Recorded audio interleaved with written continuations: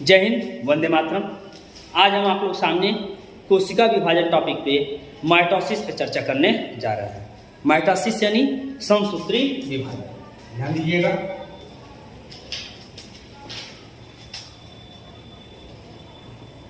Mitosis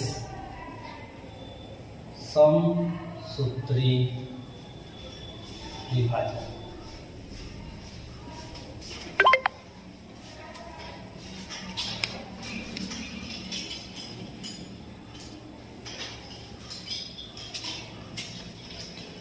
समसूत्री विभाजन की जब बात करते हैं, इसकी खोज का श्रेय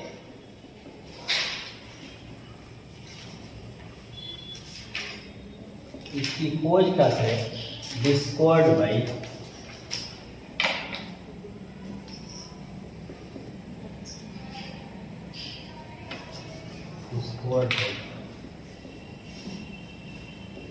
वाल्टर फ्लेमिंग 1882। इसकी खोज डब्ल्यू फ्लेमिंग ने 1882 में की थी। इसमें बताया क्या गया कि जो कोशिकाएं होंगी सेल डिवीजन में जाएंगी,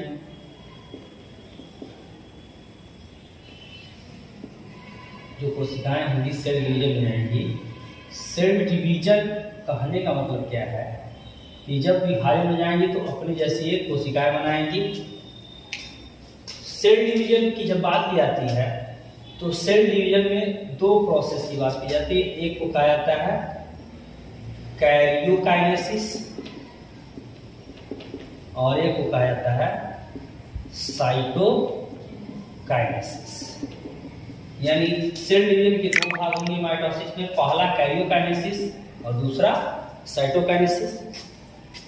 यहाँ कैरियोकाइनेसिस की बात करते हैं तो इसके बारे में स्नीडर नामक वैज्ञानिक ने, याद रखिएगा, इसके बारे में 1887 स्नीडर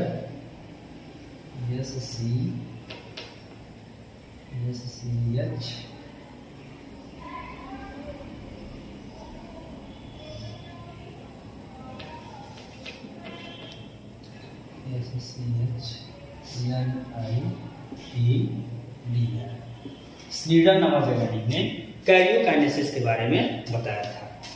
इन्होंने कहा भाई सेल डिवीजन को दो भागों में बांटा गया, एक कैरियोकाइनेसिस और एक साइटोकाइनेसिस। यहाँ समसूत्री विभाजन क्या कहता है, इस बात को समझिएगा।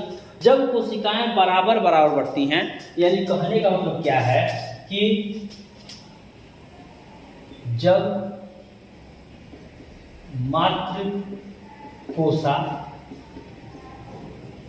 का विभाजन समान रूप से होता है तथा गुणसूत्र भी समान टूयन रूप में बंटते हैं, तो इस प्रकार के विभाजन को समसूत्री विभाजन कहा जाता है। When cell divides in two equal parts with all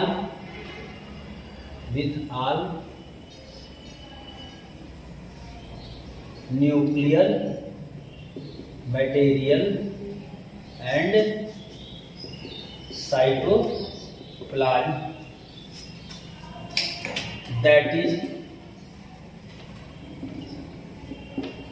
diploid cell form two new daughter diploid cell. यानी कहने का सीधा मतलब है कि जब कोशिका विभाजित होंगे तो यहाँ जो डिप्लॉयड सेल होंगे या हैप्लॉयड सेल होंगे, जो जिस रूप में होंगे वो उसी रूप में दो नए पुत्र कोशिका या पुत्री कोशिका डॉटर सेल का निर्माण करेंगे। जब मातृ कोशिका का विभाजन समान रूप से होता है, गुणसूत्र भी समान रूप में बढ़ते हैं, तो इस प्रकार के विभाजन को समसूत्री विभाजन कहते हैं। ये मियोसिस का प्रकार नहीं है, याद रखिएगा, इसे माइटोसिस कहते हैं, इसे माइटोटिक डिवीजन, इसे इट कॉल्ड माइटोटिक डिवीजन, इसे माइटोटिक डिवीजन के नाम से भी जाना जाता है।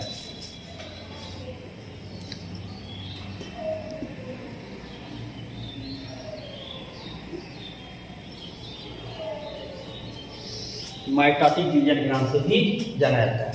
यहाँ कैरियोकाइनेसिस और साइटोकाइनेसिस का मतलब क्या है समझिएगा कि karyokinesis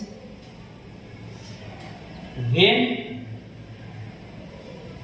nucleus divides to form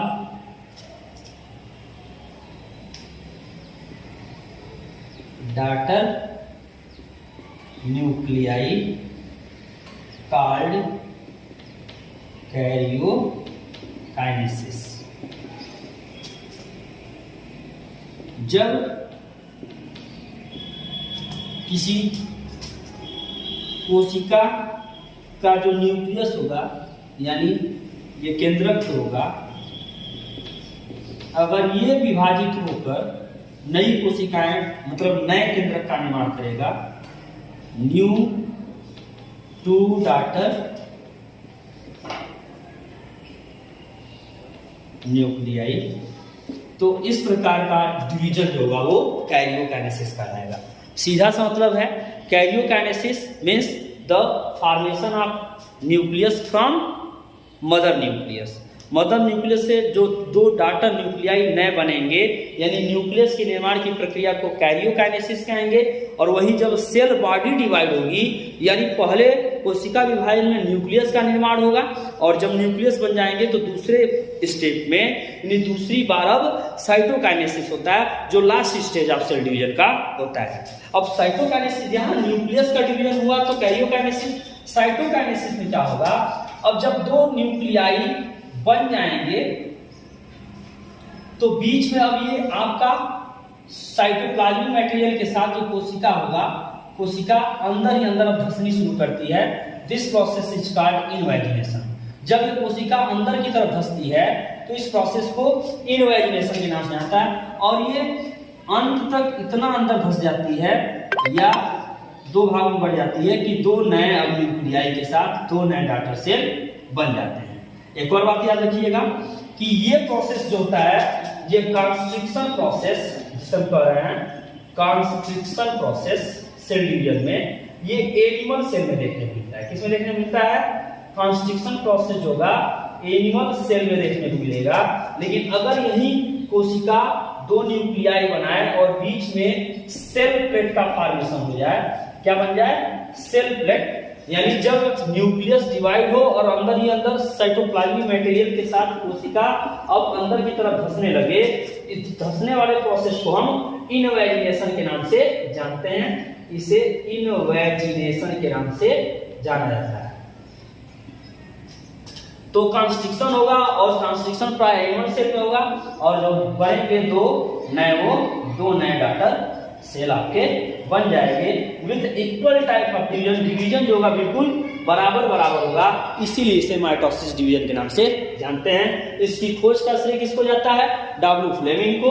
और कैरियोकाइनेसिस जो है श्नीडर नामक वैज्ञानिक ने 1887 में इसके बारे में बताया था। अब यहाँ मैंने कहा कि भाई एनिमल सेल होगा तो कॉन्स्ट्रिक्शन और सेल प्लेट का फॉर्मेशन होगा, सीधा सा मतलब। यानी सेल कौन सा होगा? Plant cell. यानी प्लांट सेल में सेल प्लेट का फॉर्मेशन होता है, एनिमल सेल में कॉन्स्ट्रिक्शन होता है। अंदर की तरफ कोशिका धंसती जाएगी जब तक कि दो बराबर भाग में न बढ़ जाए। तो अब आइए यहाँ पे समझिएगा, हम अब बताने जा रहे हैं कि भाई माइटोसिस प्रोसेस में जो सेल डिवीजन होता है, पहला प्रोसेस मैंने बताया, पहला फेज जो होगा वो कैरियोकाइनेसिस। यानी आपका पहला पॉइंट क्या है? कैरियोकाइनेसिस। और कैरियोकाइनेसिस से जब बात करते हैं तो इसे भी 4 अलग अलग फेजेज में बांटे गए। पहला प्रोफेज, दूसरा मेटाफेज,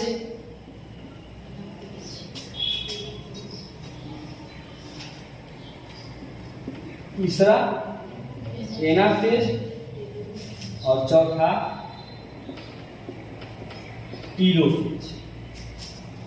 और दूसरा पोर्शन जो है जिसे हम बी साइटोकाइनेसिस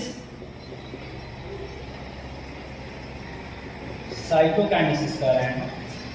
इस फेज में तो कोशिका में केंद्रक के निर्माण की प्रक्रिया होगी, इसीलिए इसे कैरियोकाइनेसिस कहा जा रहा है। यानी कोशिका जो होगी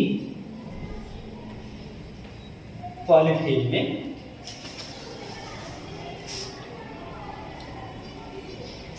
कोशिका में जो न्यूक्लियस मटेरियल, न्यूक्लियोलस जो भी हैं, जो भी चीजें होंगी, सेंट्रियोल, कोशिका सबसे पहले जब विभाजित होती है तो न्यूक्लियस के अंदर के न्यूक्लियोलस, ये सारे मटेरियल जो होते हैं वो डिसअपियर होना शुरू करते हैं। First in the cell division form, ये न्यूक्लियोलस और ये न्यूक्लियस के जो लेयर हैं ये डिसअपियर होना शुरू करते हैं। और डिसअपियर होने का मतलब क्या है कि न्यूक्लियोलस डिसअपियर होगा और ये शॉर्टेन एंड थिकेन, छोटे होते हैं, मतलब छोटे और मोटे हो जाते हैं। और उसके बाद सेंट्रियोल की सहायता से ये 2 भागों में अपने न्यूक्लियर मटेरियल को ले जाना शुरू करते हैं। और जब ये 2 भागों में न्यूक्लियर मटेरियल को ले जाना शुरू करते हैं, पहले फेज में क्या होगा, द सेल स्टार्ट, ये सबसे पहले इंटरफेज से होकर के अपने आप को प्रोफेज के लिए तैयार करता है और कोशिका विभाजन की प्रक्रिया के लिए ये तैयार रहता है। इस दौरान होगा क्या कि न्यूक्लियस के जितने सेल के जितने अदर सेल ऑर्गेनेल होंगे, माइटोकॉन्ड्रिया, गाल्गी बॉडी, ये सारे धीरे धीरे डिसअपियर हो जाते हैं और न्यूक्लियस बच जाएगा। न्यूक्लियस के अंदर के न्यूक्लियोलस भी डिसअपियर होंगे and the chromosomal material become shorten and thick. और क्रोमोसोमल मटेरियल जो होंगे वो शॉर्ट और थिक हो जाते हैं, मोटे हो जाते हैं। अब इसके बाद धीरे धीरे ये 2 पोल पे जाना शुरू करते हैं। ध्यान दीजिएगा, ये 2 पोल पे न्यूक्लियर मटेरियल को ले जाना शुरू करते हैं और ये 2 पोल पे ले जाने के बाद जब की जाती है, यही हम बात करते हैं स्पिंडल फाइबर और यहाँ पे हम सेंट्रियोल की बात करते हैं। अगले फेज में जैसे होता क्या है कि प्रोफेज, मेटाफेज, एनाफेज और टीलोफेज में अभी एक्चुअली हुआ क्या कि साइटोप्लाज्म मटेरियल के साथ साथ अपने क्रोमोसोम मटेरियल को यह अपने एक पोल की तरफ, अलग अलग पोल की तरफ लेकर चले गए। और इस दौरान लास्ट 0 फेज के बाद ही तुरंत आपका साइटोकाइनेसिस देखने मिलता है। यानी कोशिका के बीच में 2 प्लेट बनेंगे, अगर वो प्लांट सेल होगा, और कंस्ट्रक्शन होगा अगर वो एनिमल सेल होगा। तो साइटोकाइनेसिस में अब कोशिका के जो साइटोप्लाज्म मटेरियल होंगे ये 2 भागों में बिल्कुल बटेंगे। ये जैसे 2 भाग में बटेंगे तो पूरे साइटोप्लाज्म मटेरियल के साथ अपने आप को ये 2 कोशिकाओं में 2 नए डॉक्टर सेल में अपने आप को रिप्रेजेंट कर लेंगे। यानी कहने का मतलब कि पहले जो सेल था अगर 2x या 2n रहा होगा तो बनने वाला सेल भी 2n ही होगा। पूरे मटेरियल भी क्या होंगे, बराबर बराबर बटेंगे। यानी ये पहले फेज में ये स्थिति देखने को मिलेगी, दूसरे फेज में ये स्थिति देखने को मिलेगी, तीसरे फेज में ये, और टीलोफेज साइटोकाइनेसिस की आपकी स्थिति होगी। कोशिका 2 नए बराबर भागों में बढ़ जाएगी और इस प्रकार एक मात्र कोशिका से, मदर सेल से ये 2 डॉटर सेल का फॉर्मेशन हो जाएगा। दिस प्रोसेस ऑफ डिवीजन, इसी को ही हम माइटोसिस के नाम से जानते हैं। नेक्स्ट वीडियो में हम डायग्रामेटिक रिप्रेजेंटेशन के साथ ये प्रत्येक फेज में क्या क्या स्थितियां होती हैं, किस कारण होती हैं, इन्हें और बेहतरीन ढंग से मैं आपके सामने प्रस्तुत करूंगा। आज के लिए बस इतना ही। Thanks to all of you.